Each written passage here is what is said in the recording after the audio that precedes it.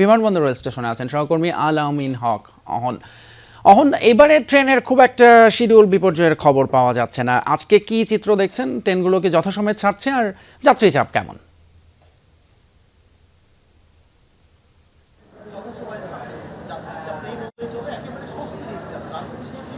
দেখাই এই মুহূর্তে যে ট্রেনটি যাচ্ছে, যদি এটি কমিউটার ট্রেন, নরসিংদী যাবে এবং খুব কাছাকাছি দূরত্ব, এবং এইটি অন্যান্য সময় যে যাত্রীর চাপ থাকে, ঈদের এই সময়ও সেই যাত্রীর চাপ আমরা দেখছি না। অর্থাৎ মানুষ স্বস্তির ঈদ যাত্রাই করছেন এবং একই সঙ্গে এখানকার নিরাপত্তা ব্যবস্থাও বেশ। টিকিটবিহীন কাউকেই স্টেশনের ভেতরে ঢুকতে দেওয়া হচ্ছে না, এবং এই কর্মকর্তা যারা আছেন তারাও কিন্তু আমাদেরকে সেই কথাটি জানিয়েছেন।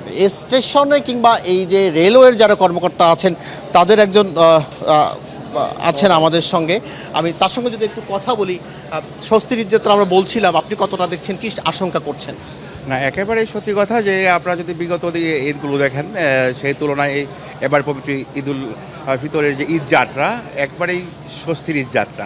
আমরা যাত্রী সাধারণের চরম উচ্ছ্বাস প্রকাশ করতে দেখছি। এত নিরাপদে নির্বিঘ্নে যথাসময়ে বাড়িতে পৌঁছে, যথাসময়ে বলতে যথাসময় ট্রেনগুলো ছেড়ে যাচ্ছে। আজকে ঢাকা বিমানবন্দর থেকে আমরা যতগুলো ট্রেন ঢাকা থেকে ছেড়ে আসছে সবগুলো যথাসময়ে ছেড়ে গিয়েছে। ইতিমধ্যে অনেক যাত্রী সাধারণ তাদের নিজ নিজ গন্তব্যে পৌঁছে গিয়েছেন।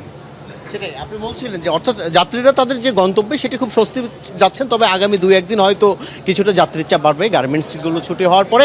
তারপরেও মানুষ যে দিনে আনন্দ নিয়েই ঘরে ফিরছেন, এই আনন্দ ভাগাভাগি করার জন্য স্বজনের কাছে ফিরছেন, সেটাই সবচেয়ে স্বস্তির খবর।